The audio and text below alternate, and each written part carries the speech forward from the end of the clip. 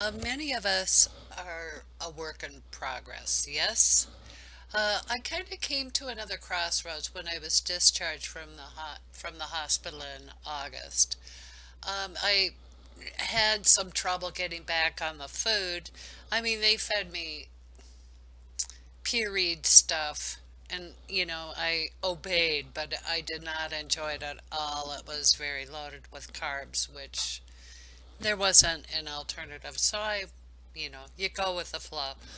So anyway, when I got home, I felt very protein starved. So, for a week or two, I was eating, um, I pureed some chicken and had it with tomato soup, which, is not my usual fare, but it got me over the hump where I could eat more solid foods. When I tried to reintroduce salads, I thought I would explode. I was overly full and I had trouble digesting. So, since then I've pretty much eliminated most vegetables except I enjoy, like a half a cucumber from time to time. So, um, and when you hit a crossroads like that, you sort of do some reflection on what's been going on with your health. And some of my frustration was it's the most abnormal thing I do in my life is inject B12. I mean, to sink a needle in your leg is not a normal thing to do. I don't like it at all. So, in advance of my blood work, I thought, well, I'll just take a couple weeks off and see where the numbers land. And it dropped considerably. And my folate was barely above normal, which is not optimal. And you need these vitamins for every cell in your body to function properly. Okay? So, what are the alternatives? I consider, I mean, I'm still doing the injections. I'm trying to spread it from a week to 10 days, spread it out. But in the interim, it's like, well, I could add a folate tablet, but then I get so frustrated with taking supplements. It's difficult to know what you're buying and to find it properly. I did some homework on it. You need folate versus folic acid. Um, and it's hard to find a vitamin or a supplement that qualifies that it's been tested by a third party. So on more reflection, it's like, well, I'm not all that fond of liver, but I'm going to take up liver. Okay, and it's not one of my favorite foods, but you know what? 2, 3 weeks later, I'm growing to enjoy it. And you know what helps me enjoy it is that I've begun feeling better. Um, B12, although it's a water-soluble vitamin, your body actually stores it, and I'm apparently not replenishing these stores. So I'm eating 4 ounces of liver every single day, mostly for breakfast, but I haven't missed a day. And I'm going to keep at that trend. And then when I have my blood work again, I'm going to experiment again. Wait 2 weeks before my blood is drawn and see if I'm building up any B12 stores. And the beautiful thing is that I'm feeling better. Um, when I was in my youth, I swam competitively. So, and I had built up a lot of muscle. And when I say you develop a mental toughness, this is what I'm talking about, not being a wise guy, but mentally tough to endure um, athletic type things. And I tell you, in a very short time, I felt more mentally tough. Um, so, and it's a motivator. It's like I want to buy some My legs aren't that stable, so I want to buy some hiking poles because, it's hard to go for a hike on uneven ground, steep, gravelly stuff when when your legs aren't stable. So, for the first time in a long, long time, I'm actually motivated to get out and hike. I've been out a little bit, but, and then recognizing how unstable I am. I also felt motivated um, to begin taking saunas, and on a very regular basis. There's a sauna in town. You can join the gym and do a little swimming, maybe treadmill. Well, that remains to be seen. But for the first time in a very long time, I'm motivated to do these things. It's a beautiful thing. Um, and during this crossroad, I was pretty nervous about my A1C to know what my blood sugar levels were doing because when I landed in the ER, my glucose was 142, and for me that's off the charts. And I thought, oh la la, is this illness making my sugar go crazy? And I got my blood results, my 3 month, which included being sick at the front end of it. But I have the best A1C ever, 5.5. Yay! Um, and that goes back to 2013, and that was a low was 5.6 when I had Cushing's. Um, I don't know if I could achieve it, but really my goal is 5.1. That's really the healthy number. I also had seen my endocrinologist, had the body composition scan, and I was happy that my lean body mass was better, my fat content was lower, and but the bad news is my bones were worse, and that's because my legs have become weak. So there again, feeling better, and there's that motivation. I do have trouble with my thighs. So I had mentioned earlier in the exercise about Feldenkrais, and they had a good recommendation, and that's just bouncing up and down, you know, without hopping. I mean, hopping would be better, or jump rope or something, but just, your heels off the ground and kind of thump down on the ground. And that is good for bone mass and to stabilize my legs. You skip 3 or 4 steps left to right, and that helps stabilize like my knees and feet and stuff like that. And maybe hiking could be a realistic thing. Um, okay, uh, so anyway, I've taken up calf's liver, and I've ditched a lot of the supplements. I considered pulling that video, but it's not completely bad advice.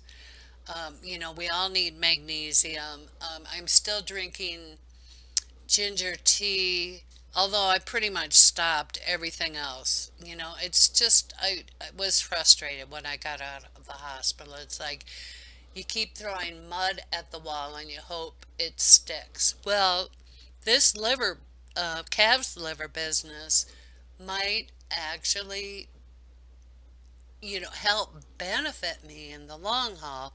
Time will tell, but 2, 3 weeks eating liver every day, I'm already feeling better. I have more energy, my sleep is better. And as I say, that mental toughness, like of an athlete, where, you have mentally, a better coping skill, and that carries out throughout life. And again, I'm not talking about being a tough guy. Um, let's see. And then another thing, and I've had a wood stove many years. And that might, and I also have a furnace, so I'm not totally dependent on it. But it's something I've really enjoyed. Years ago, I would really enjoy getting out in the forest and, with a guy with a chainsaw, and we would help each other out getting firewood. And it would just be a fun day, pack a picnic, get out there.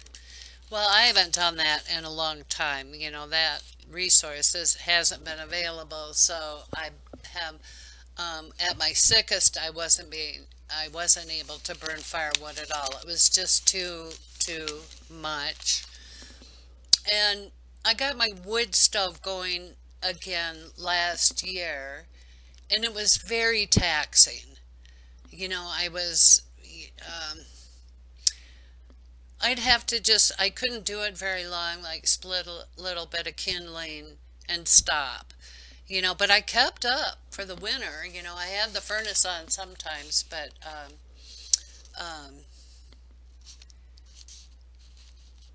I had the furnace on sometimes. But there again, I mostly burned firewood.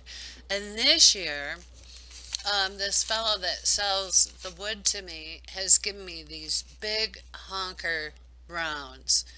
And it requires, I'm not kidding, a wedge and a sledgehammer to get these puppies split.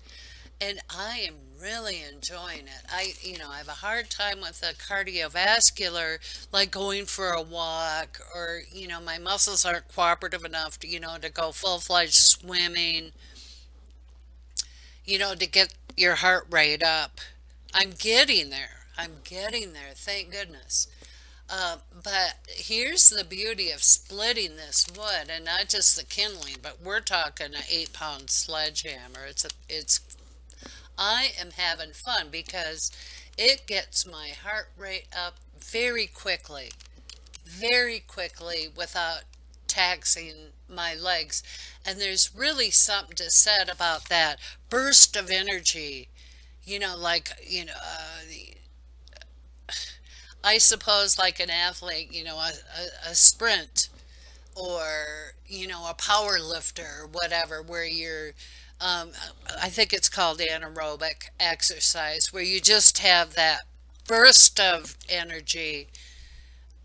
You can't do it very long, but I have so much enjoyed it. And as far as my reading goes, this is really the best type of exercise for hypopit patients. It helps to increase growth hormone, and that's a goal.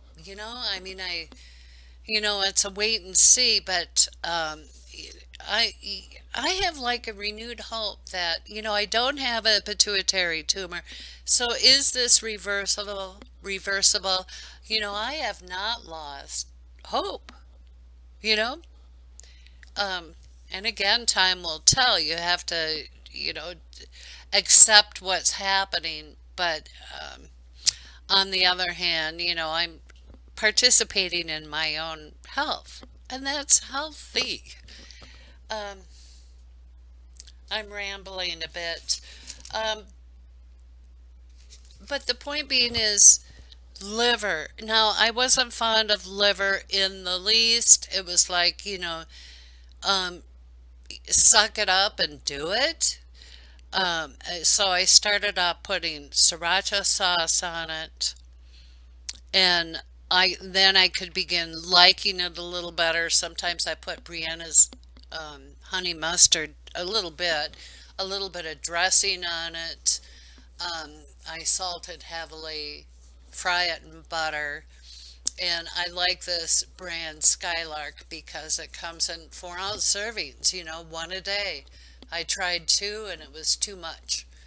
Um, so that's kind of where my eating has morphed a bit, is that I'm getting more and more towards um, a, well, I can't even call it carnivore, but I've ditched most of the vegetables, other than the ginger and a small amount of chili from the sriracha, stuff like that.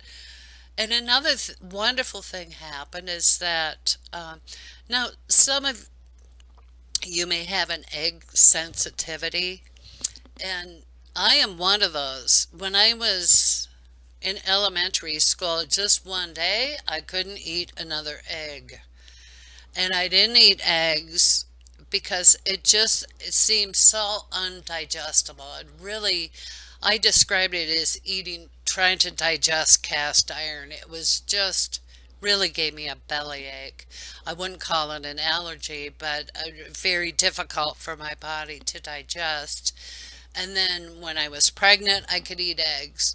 And from time to time, I could eat eggs in my life.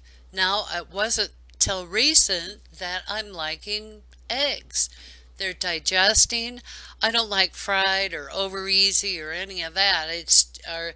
But I do like boiled, like soft boiled, hard boiled. I keep hard boiled eggs available. Um, I'm not so much 1 or 2 meals a day. I am like my body is needing so much nourishment that I eat more frequently. I cannot eat a huge meal at the moment, so I don't want to call it grazing, but maybe within an hour's time span, I'll eat the liver and a hard-boiled egg, and a few hours later eat again, and then, and we're talking cheese. I like my dairy, and I know other people are sensitive to it, but I'm really thinking I could use that. I would consider it like a whole food where it's calcium rich to help build my bones. My calcium was pretty whacked throughout my hospitalization, and plus my bone issue. So I'm down to one supplement, the vitamin D, um, and the B12, although from once a week to about every 10 days. And we'll see if I can build those stores up to where I'm not having to stick a needle in me. It helps me, but it's not a normal thing to do. Most of the time it goes smoothly, but other times it really hurts and it bleeds and bruises, and it's just not a normal thing to do, in my opinion. Somebody else could stick me, but I don't like sticking myself. Okay, that's my story. Um, no, I'm not on a carnivore diet, but I'm leaning more and more in that direction with eggs and dairy, and a small amount of vegetable, as I say, a minimal amount of cucumber. It's just refreshing. I might ditch those, see what happens. There's been real success stories with carnivore people that have gotten rid of, like rheumatoid arthritis, Michaela Peterson, for example. People getting rid of depression. Athletes' performance is much better. Um, again, no, I'm not carnivore, but it sure is taking over more and more my plate. Yes, in addition to the calves liver, um, I'm eating a wide variety of meat. Chicken, a lot of beef. I eat pork chops, all of the above. I'm not a big fish eater, although they say how healthy it is, but I'm just fussy. I love it if it's very fresh, if I'm on the ocean or next to the lake, catch a fish, go home and cook it up. Now that I can enjoy, but the store-bought, it loses the quality, and I just don't care for it. So we all have our personal likes and dislikes, but here's a woman that has grown to enjoy liver. So let that be a message, a very positive message. Okay, thanks so much for listening. One last thing. I'm going to show a slide of Skylark liver. And this is the single serve portions. It comes 4 to a pack, 4 ounces each. So that, a pound package. And I'm really liking, that the portion control. instead of handling a big glop of liver, and I've gotten it before frozen where you get big honkers and it's hard to do the portion control. So I'm enjoying the convenience of Skylark. Um, it's calves liver. I wouldn't eat beef liver because the cow's older and the organ meat is more questionable. A Skylark is not like grass-fed or organic, but it's a calf, so I'm comfortable eating that. And one other last thought, I am enjoying the zoom on my camera. It's like entering another world, like looking more closely at my fire, or if you haven't seen my dragonfly video, go check it out. It's otherworldly. Okay, thanks again for listening. Have a good day.